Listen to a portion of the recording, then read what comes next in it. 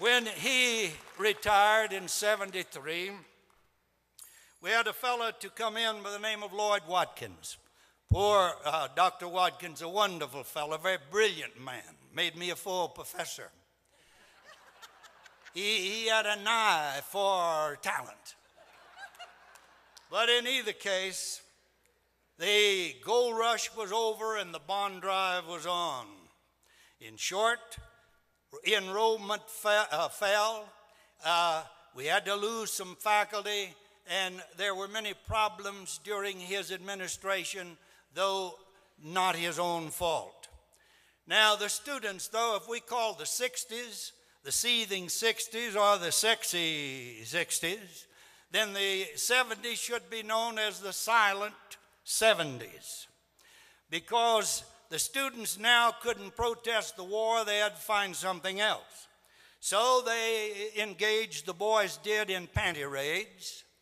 A friend of mine and Mary was in Brown Hall. She said they came through the window and took every pair of panties they could find. Unfortunately, they didn't take the one she had on.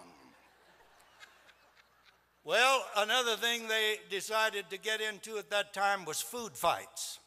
We had Olivia Newton-John to come in 1975. She was up for 2 Grammy Awards in New York, but she still performed here. Well, Watkins wanted to show off the new dining hall. The food was terrible at the cafeteria. So when they took her in, the students started a food fight.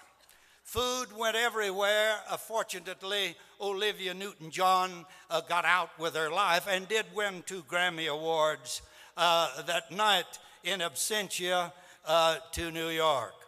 But the crowning feature of the whole thing was the students, after they ran out of panties and food fights, then they decided to start streaking.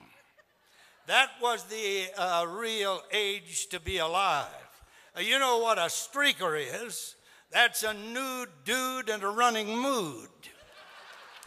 And it all started over at Roost Cross Hall one evening when a girl walked out with a sack on her head and paraded on the veranda for the boys in Jones Hall. Well, the boys went wild.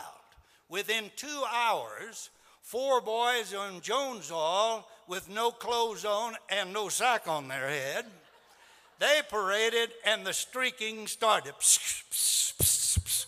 You know, these streakers, well, it all reached a climax.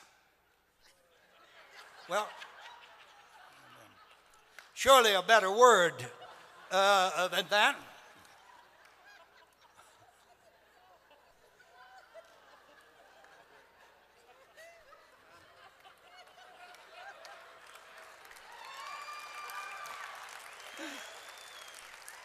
Well, it all reached a crescendo, an apex. One night about midnight, somebody raised $200 to get a young lady without a sack on her head to ride a horse nude. It was our answer to Lady Godiva. Well, she was on the horse, and behind her were several motorcycles, all of the drivers nude. Back of that, they had some bicycles, and they were nudie.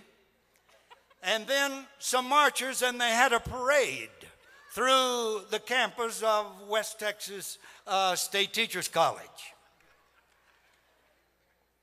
Oh, the next morning I learned about it. I was absolutely furious to think that this happened on the campus I loved. So I asked for a show of hands. I said, everybody that was there last night, hold up your hands. 10 boys in my class held up their hand. I said, I'll see you after class. They came into my office. I said, all of you get an F. You were there last night. They said, an F for going there? I said, no. I only live a block and a half from here.